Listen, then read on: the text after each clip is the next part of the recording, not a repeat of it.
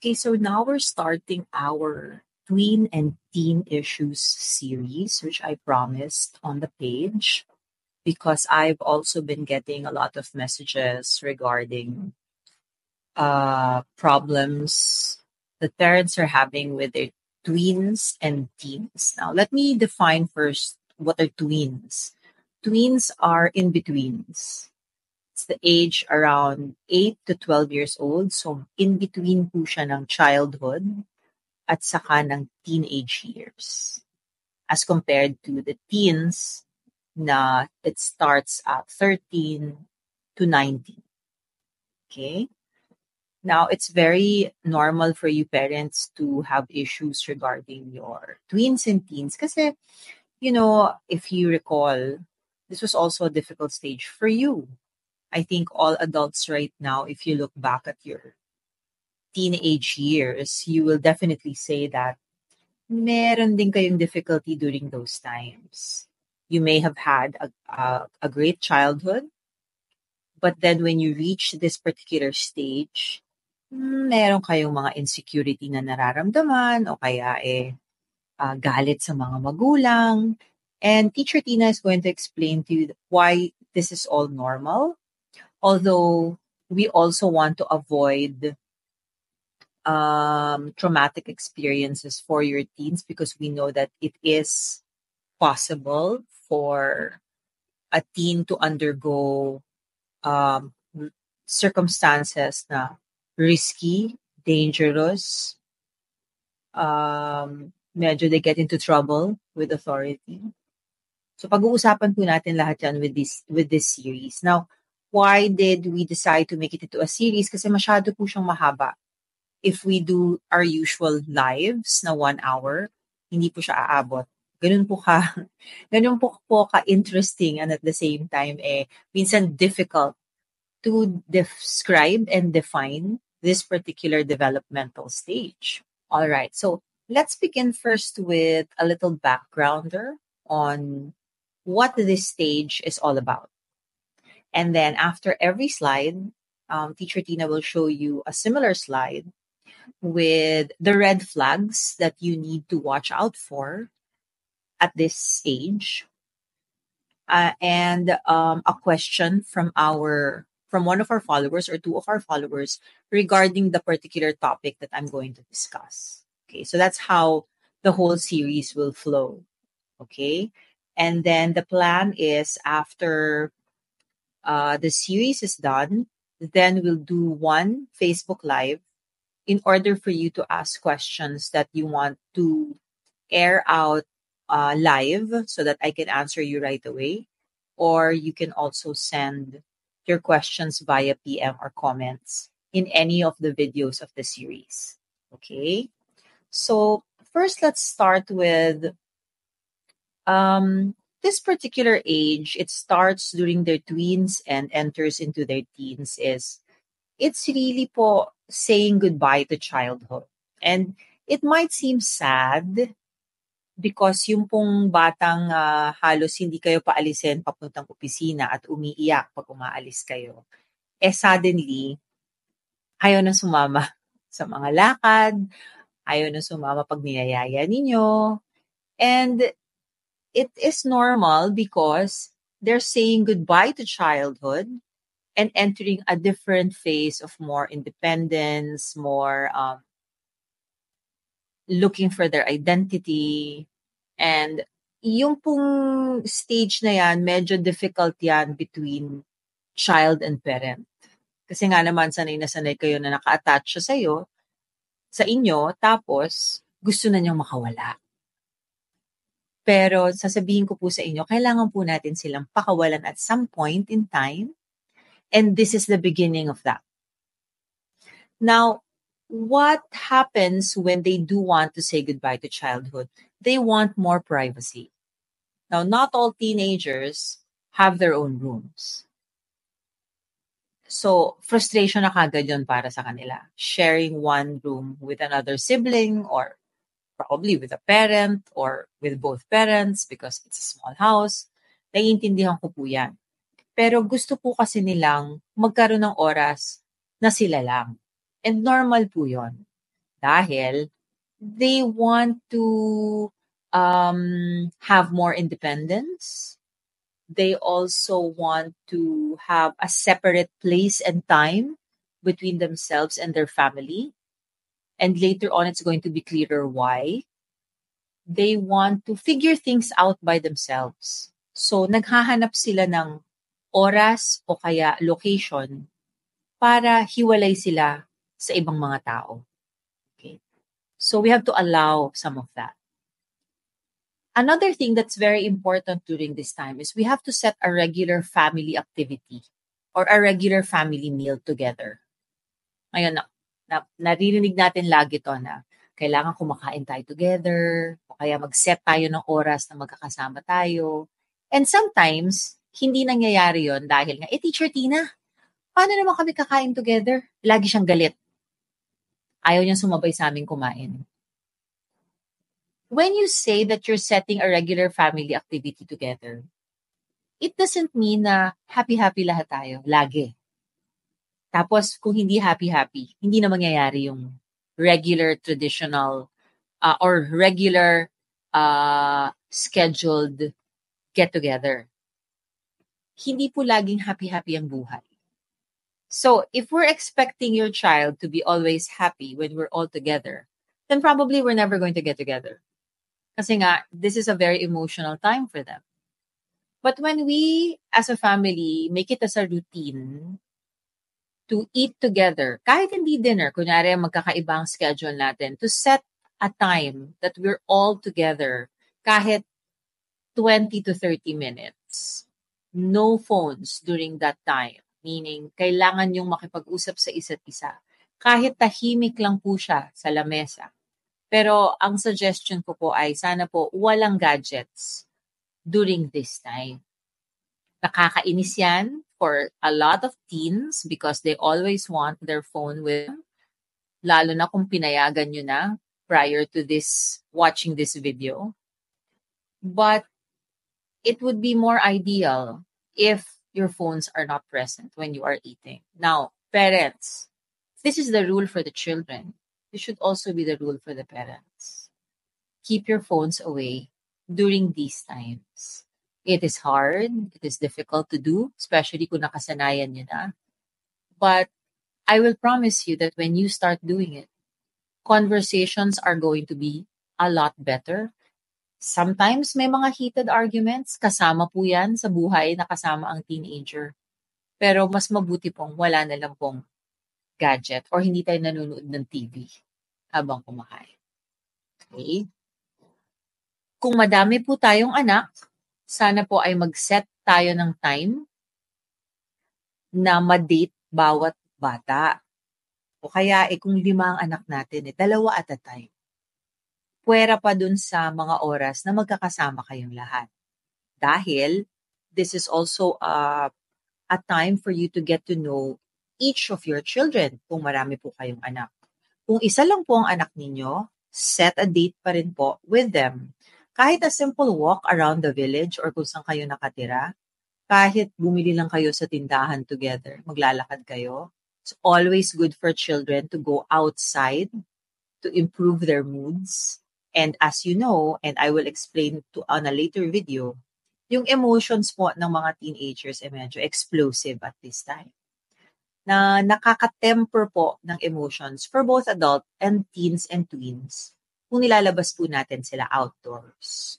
So, take a walk. Kahit walang gastos, maglalakad lang kayo around kung saan kayo nakatira. Go on a grocery run together. Most teens love going to the grocery, lalo na kung ililibre nyo siya ng favorite niyang merienda. Any opportunity that you will have na kayo lang dalawa ng anak ninyo, tapos yung partner ninyo at saka yung anak ninyo, okay po yan para sa teen and twin dahil gusto nyo pong isend ang message na you are always there and available when they need you. They might think that they need you all the time, but during those times that they do, at least the message is they can always talk to you whenever they want to. Okay, that's the message that you want to show when you go out on a date. Okay, so that's our first slide. Now, what are the red flags when it comes to saying goodbye to childhood? The red flags are a lot of parents refuse to let go of their baby. Ayaw po ninyong mag-mature. And sometimes, we don't catch ourselves doing it. Kasi nga naman, kunwari, ang baby natin mas gustong kasama ang mga kaibigan niya. Ayaw natin yun, nagtatampo tayo. Matampuhin tayo sa ating mga anak. Now, I want to tell parents, this is a you issue. This is your issue. Kasi masyado po kayong attached dun sa anak ninyo na hindi na siya nakaka-mature. Or ayaw nyong magkaroon siya ng privacy at all. Meaning, gusto nyo, nakikita nyo lagi yung group chats ng anak ninyo.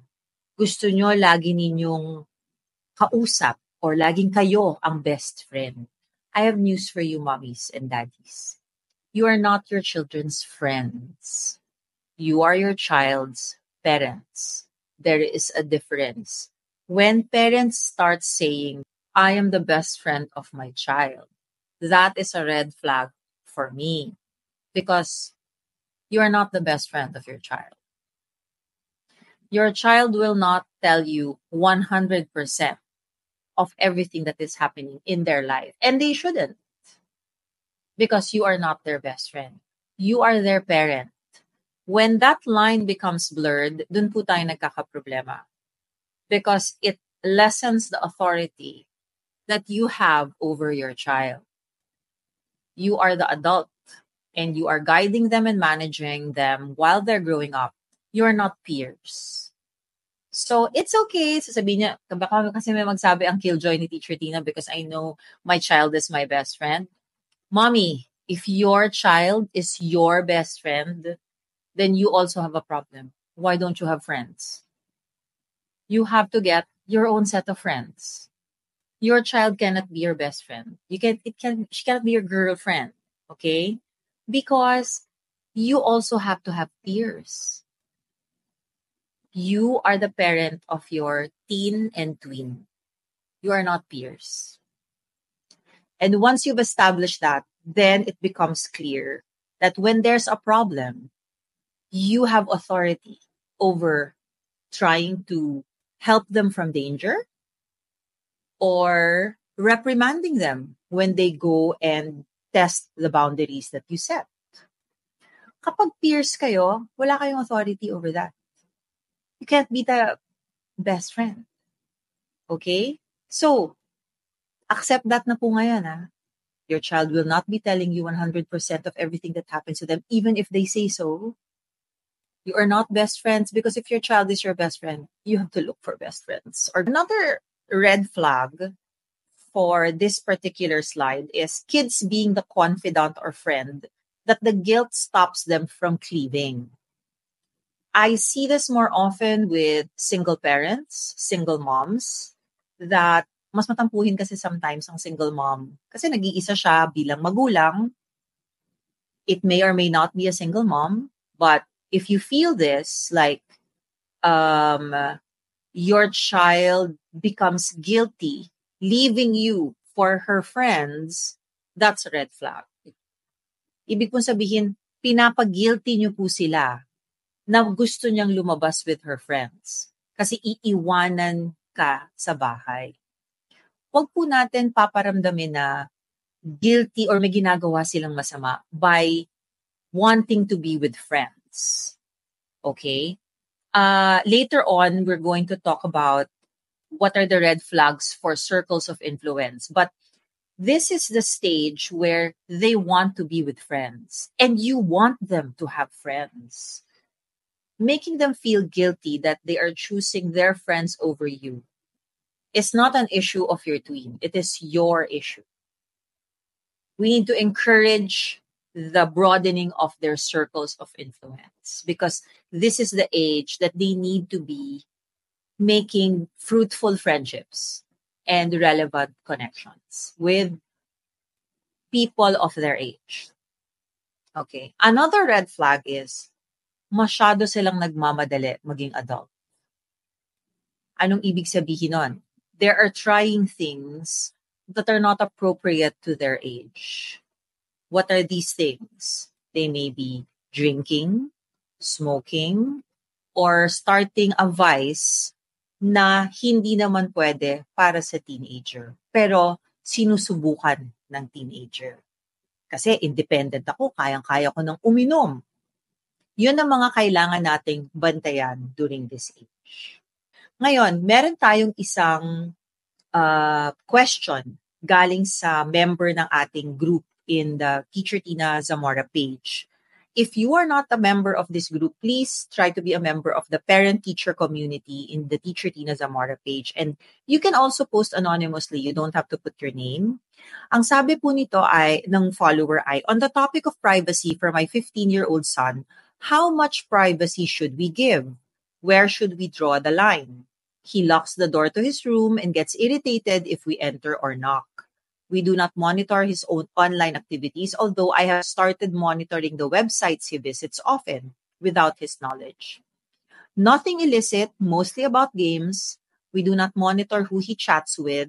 From what we know, it's all friends, classmates, and online gaming friends. Although I have caught him several times quickly changing his screen on his computer whenever I enter his room.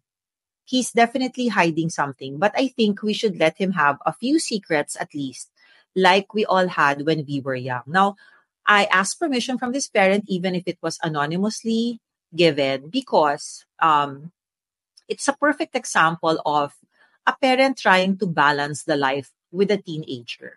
He understands or she understands that their son needs privacy because, of course, the son is 15. Gustong-gusto niya yan. Of course, naiirita siya kung pumapasok kayo sa kwarto niya. Ang sinabi ko naman dun sa magulang, kung hindi kayo nakakakita ng behavioral problems like disrespect, being disrespectful or nagiging bastos, nagiging separate na siya from the family, or wala namang kayong nakikitang health issue, meaning nakakatulog pa, kumakain pa, hindi nangangayayat, walang physical change in their health, then there's nothing to worry about. I think you're doing a great job.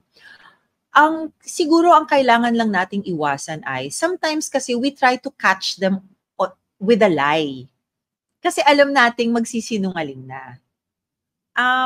What we need to do is not to provoke something like that. And sometimes we innocently do it. Like, bigla natin bubuksan yung pintuan ng kwarto nila o kaya sisilip tayo kagad pag nagko-computer sila. Huwag ganon kasi parang pinapakita nyo that you don't trust them. Right? It's really a trusting relationship that we're trying to develop with your twin and teen. If your child is 15, sige, okay lang. You have no access over their social media or their passwords, no? Or their GCs. When your child is a tween, I suggest that's 8 to 12 years old, if you're going to give them SOCMED access, sana hindi. Sana wala pa silang SOCMED nun. Because it's really not appropriate for their developing brain to have social media. You know naman that all yung mental health crisis natin ngayon for this age is coming from social media. They do not still have a developed brain to filter out bashers, negative comments, and we do not want them to get used to external motivation and basing their motivation on likes and hearts. So it's better if we give them social media later on na. Okay?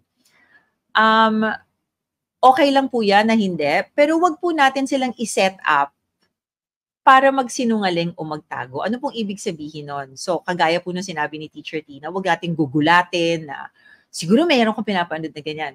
Kasi pinapakita ninyo na hindi nyo sila tinatrust.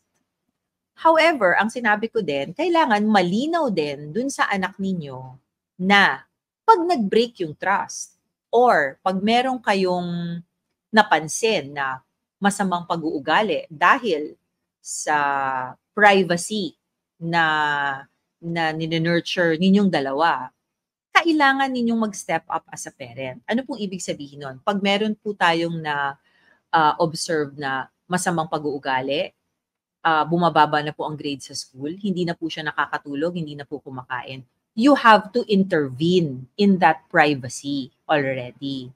You can either manage or remove some of the time on the gadget or the computer or lessen the access. Ganun po yun dahil we're also teaching them that there is a consequence for every action that they do. You want to give the respect that they need or the privacy that they need, but they also have a responsibility by you giving that trust. They have a responsibility by following the rules of the household. So dapat malinaw din po yung rules na yun. If you want to establish a no gadget during dinner time rule, if you want to establish dapat by 10:30 sarado na ang internet kahit patayin nyo yourself, you will set that with your family, but it has to be very clear and everybody has to follow it. If everyone is following it, you don't see any behavioral or health issues with your child, then go ahead and allow your child to be, as you said, like we all had when we were young. We want to give them the privacy that they are looking for, but it is a trust. It's based on a trusting relationship. So give and take po yan, saka action and consequence. And you as the adult should set the boundaries for it. So I hope you like this first part of the series of tweens and teens, and then watch out for the next one.